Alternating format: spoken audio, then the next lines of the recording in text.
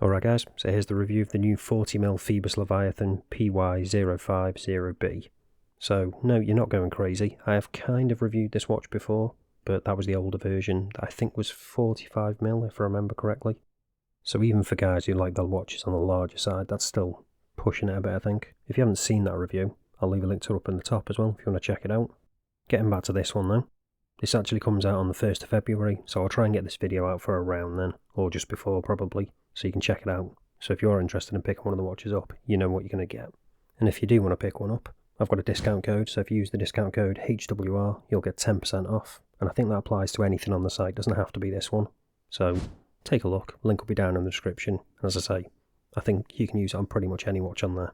But that's enough waffling. So I'll quickly move the watch out of the way, show you the packaging and passing, and then we'll get right into this.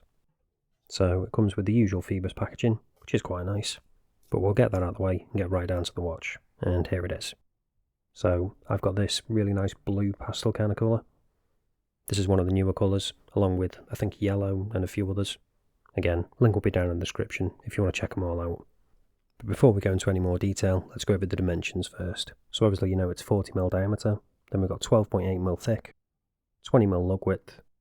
Lug to lug is coming in at 48. But we do have male end links, so the effective lug to lug is closer to 53. But don't click off just yet, because they do drop down pretty significantly, as you can see. So they do wear a lot better than that 53 would suggest. Because we've got the curved lugs, as well as I say, that pretty significant drop on that first male end link.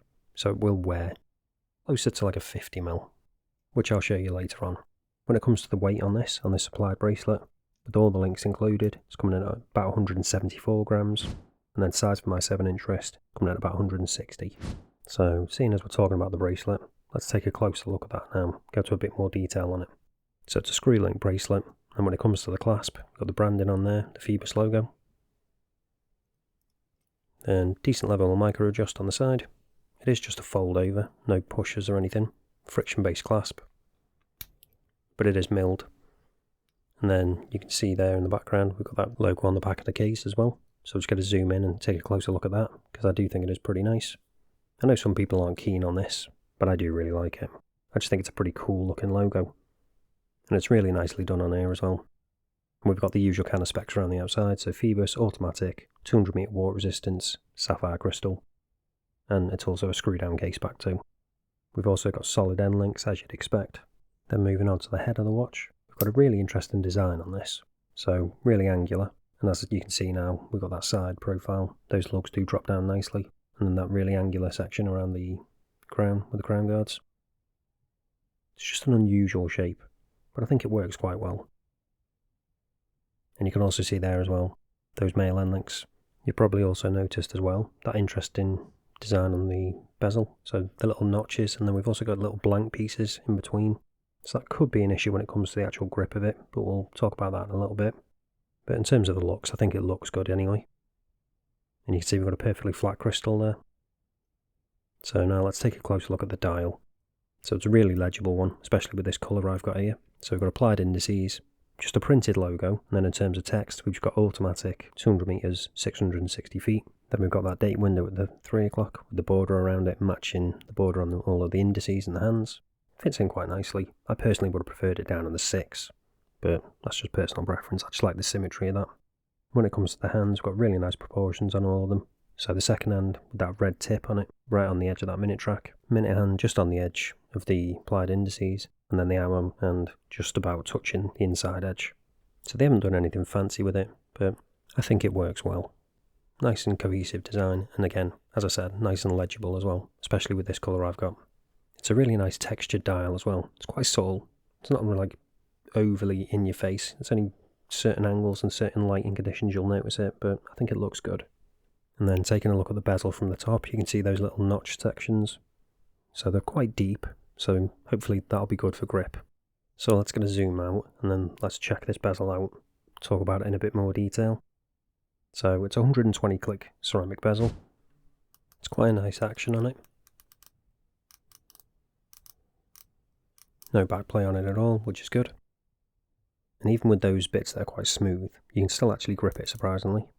But obviously you get a better grip if you grip it on the actual notch bit, especially when it comes to little bits at the end if you're trying to get a precise movement. just the last couple of bits. So something to be aware of. And then when it comes to the alignment, spot on, no issues with that at all. Always good to see. So now let's check out if we have actually got sapphire on this as it says on the back. Using the trusty diamond selector tool. And yep, we have got sapphire crystal, so that's always good to see.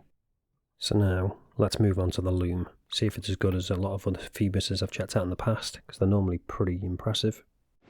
And here it is. So we've got BGW9, so we've got that ice blue colour, and it's looking really good. Got plenty of loom on the hands, indices, and also the bezel as well. We've even got it on the timing section of the bezel, which is a nice touch. It's consistent across all of it, no patchiness at all. We've even got a tiny little bit on that second end. But the question is, how long is it all going to last? Let's speed this up now and find out. So, it's doing pretty well so far. Even still got that loom visible on the second end, which is surprising. I thought that might have faded by now, but it hasn't. So, coming up to the 5-minute mark, everything is still visible, looking really good. Yeah, it's faded slightly, but not too much at all. So definitely really impressive loom on this. You won't be disappointed. Now let's talk about the movement. And as you probably guessed, yep, it's the NH35. So when it comes to the crown, really nice and grippy. So just unscrew that. Pop it out to the first position. You can change the date. Pop it out to the second position. Second hand stops, you go hacking. Then we can just change the time. Pop it back in, second hand re-engages, all works well. Hand winding, no problems at all. And again, nice grippy crown, nice size, so easy to screw down as well. So it's shaping up to be a pretty nice watch, I think. But the question is, what's it like on wrist? How does it wear? Is it going to be better than that previous 45mm, or is it still going to be too big? Let's find out that, and also go over the pros and cons, so you can decide whether you want to pick one of these up or not. And here it is on my 7-inch wrist. So I think it wears pretty nicely. And I think it looks good too. So as I said, despite having that male end link, because we've got the curved lugs and also the drop down on that male link, it wears pretty well. It wears more like a 50mm in my opinion. That's normally about the limit of what I'd wear on my wrist personally. Otherwise it just starts to overhang, but this one I don't think does. I'm really liking the angular case and bracelet on this, all the little different surfaces and stuff just catching the light. Just adds a bit of interest, works really well I think. When it comes to the clasp, because we've got plenty of micro adjust, get the perfect fit, no problem there. Perhaps it would have been nice if they'd done an on-the-fly adjustable clasp, but maybe they'll do that with some later watches. I've kind of been spoiled now, I've had some of them. It's hard to go back to watches that don't have it, but again, this still works well.